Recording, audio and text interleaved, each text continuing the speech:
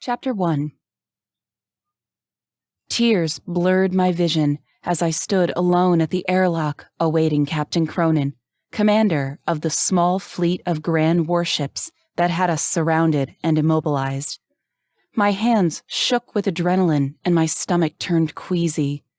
I balanced on the edge of fight or flight and forced myself to stand still. Fighting the Grand would be a fatal mistake. They could pick us off any time they wanted. We were damn lucky Captain Cronin intended to board and meet in person. We were at his mercy. It was my fault. I fingered the metallic collar wrapped around my neck, the tracking device ensuring the Grand could always find me, and anyone who harbored me. The lives of the men aboard this shadow cruiser depended on me to get them out of this mess.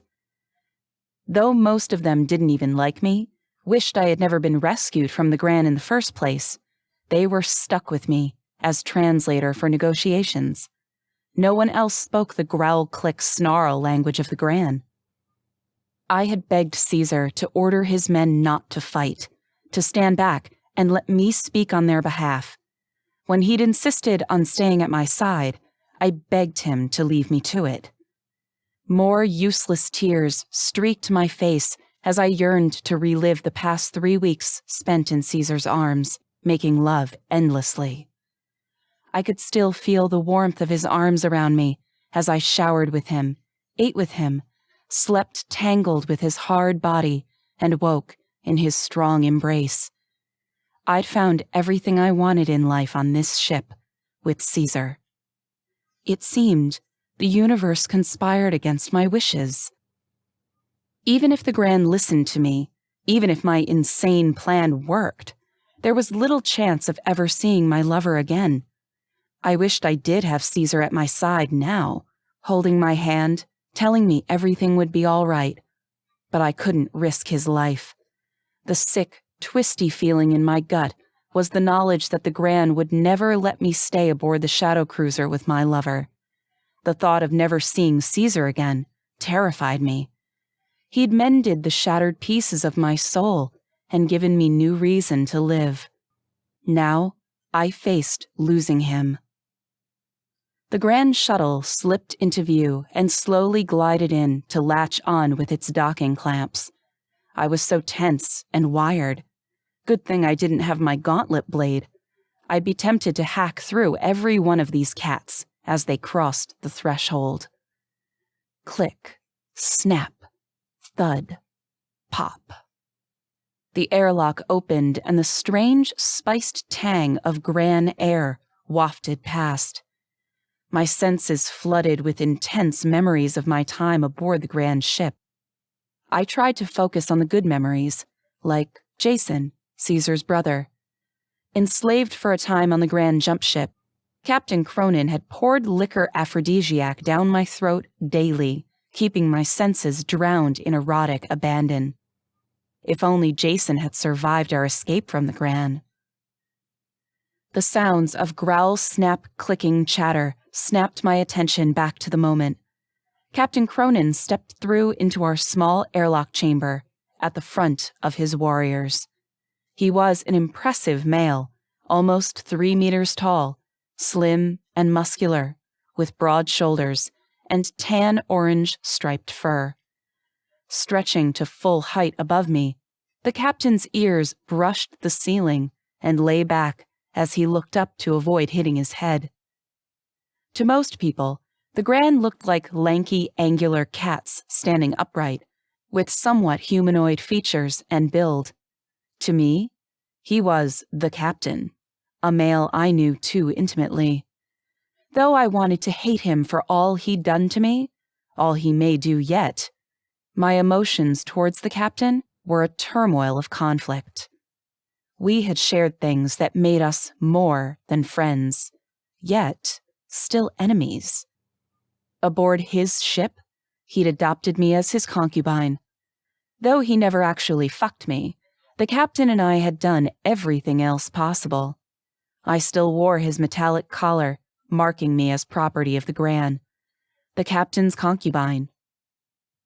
Caesar and his engineer, Azad, had analyzed the material and found an alloy blended with highly reactive metals.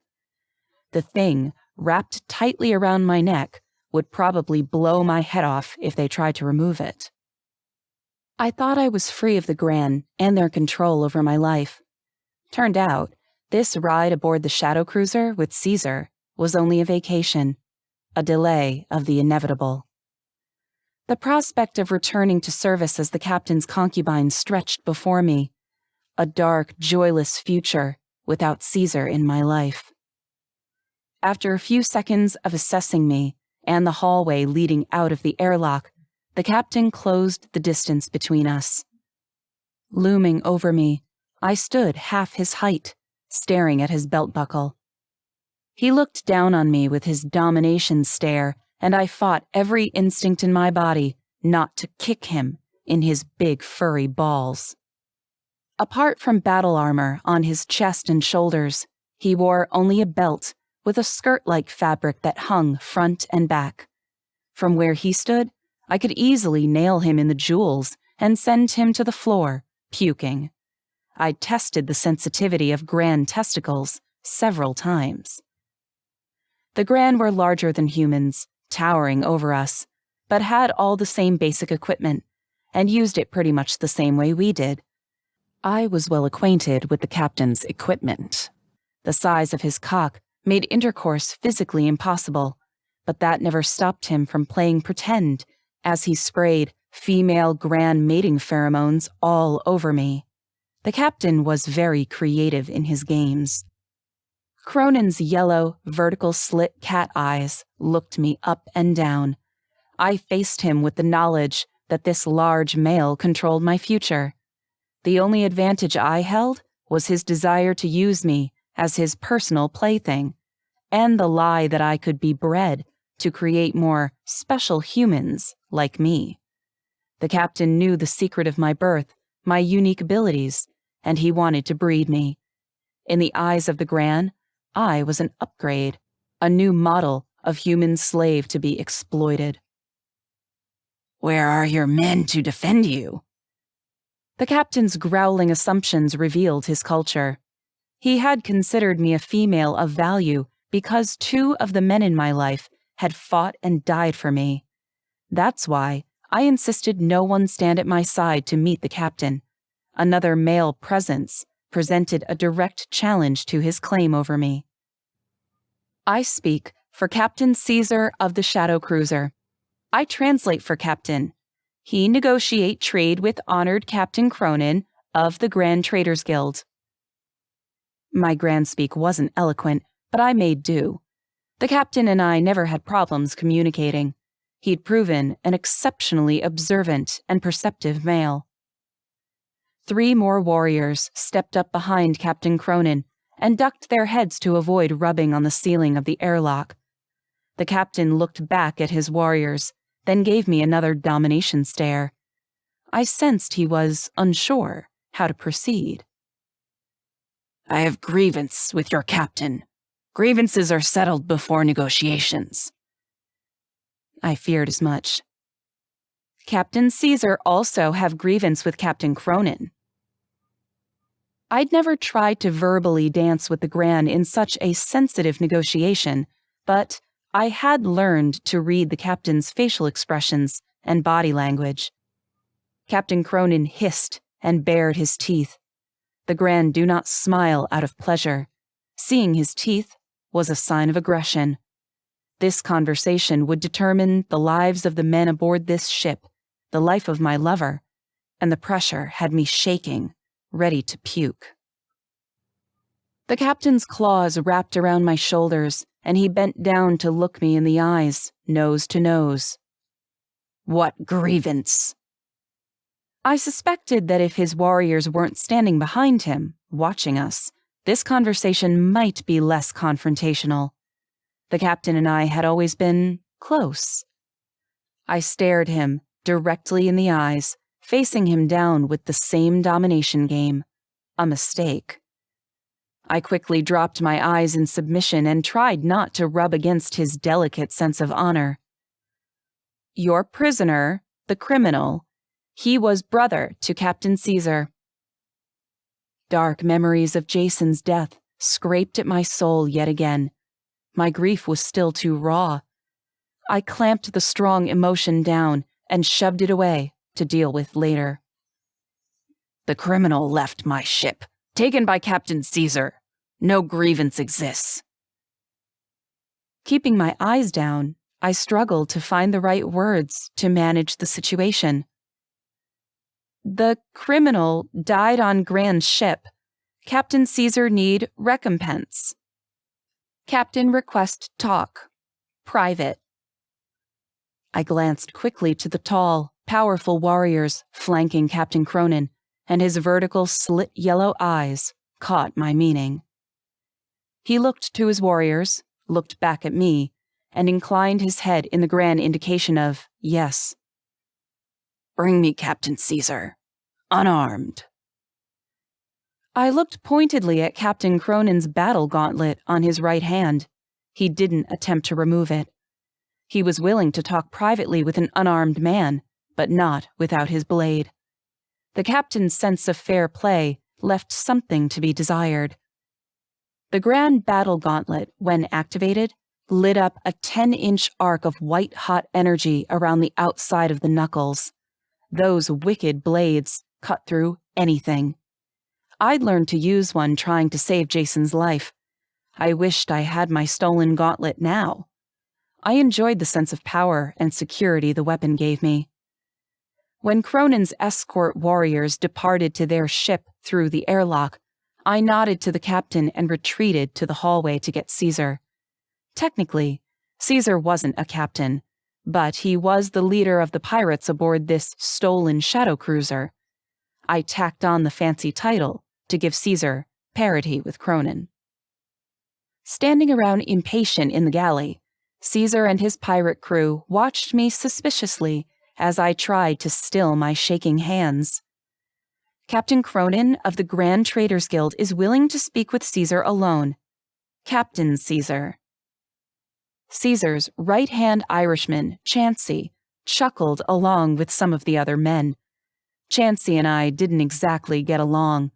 Could have something to do with that time I'd broken his nose. He didn't trust me, but he wasn't man enough to toss me out the airlock, even when I begged him to do it. Chansey settled a hand on Caesar's shoulders. Don't let it go to your head, man. You're still Caesar to me. No one held an official title among these pirates, but Caesar was definitely their leader. When push came to shove, Caesar called the shots. Caesar nodded at his friend, and then his piercing dark eyes caught me with that severe, probing look. Where do you think we stand? He's armed and requested you to come unarmed. He says he has a grievance with you. I told him you have the same regarding Jason. Hopefully the two debts will balance out, and we can start negotiating. Chansey cut into our conversation. Nobody's going to meet with the cat with a bloody cutting torch strapped to his arm. Don't fucking listen to this shite Caesar. She's manipulating us all. Caesar's sharp eyes speared Chansey. I trust Angel's judgment on this. You'd be wise to do the same. Caesar laid a hand on my shoulder. And what about you? Has he stated his intentions for you? He hasn't said yet, but don't get your hopes up. No matter what happens, I doubt he will leave the ship without me. Caesar's face graduated from severe to ferocious. He took my arm and led me out of the galley and through the hallway towards the airlock. His grip on me tightened, and his voice dropped to a whisper. I don't know if I can allow that, Angel. I realized then he wasn't willing to talk this way in front of the men, certainly not in front of Chansey. The men aboard the shadow cruiser had never really trusted me. Some of them probably hated me. Chansey definitely hated me. I wished there was some way Caesar could change my situation, but my gut instinct said that Cronin would get what he wanted out of this deal, and that included me. Caesar, I need you to understand that whatever happens, my priority is saving you and your crew. You have to trust that Captain Cronin isn't going to hurt me. Well, not more than I could handle. I stroked the prickly stubbles on the side of Caesar's face, loving the feeling of him against my palm. We're not in a position to make demands, but if we're careful, we can make an arrangement that gets all of you out of here safely. And maybe we can see each other again. Caesar closed his eyes briefly in frustration. His jaw clenched tighter. He pulled me in and dived into my soul with the intensity of his look. When he held me this way, I could almost believe I meant something to him. His fingers brushed my black hair out of my face. You're asking me to stand by and watch as these cats drag you off to God knows where, for God knows what. That's not what I want, Angel, and that's not what I'm negotiating for. You're asking too much. I was a mess when you rescued me. I've been a mess ever since. If the Grand take me off your hands, that's one less mess to complicate your life. Caesar had told me as much, and he was right. I'd been a mess from the day the Grand kidnapped me from New Jean Station and sent my life spiraling into insanity. Don't you dare use my words against me. If we pull this off, and that bastard cat insists on taking you, it won't be for long. I'm coming for you, Angel. That's a promise. Even if I have to barter this ship, I'll get you back. My vision blurred again with tears, and I fought to contain the chaotic mix of love and anguish wreaking havoc on my chest. I wanted to believe him so badly. I wanted to trust that somehow it would all be okay, and we could find a way to be together. But I had learned hard lessons about men and their promises. Thank you, Caesar. We haven't known each other long, and I have no right to expect this of you. Shh, don't talk like that. I'll find a way. I always find a way. I prayed he was right.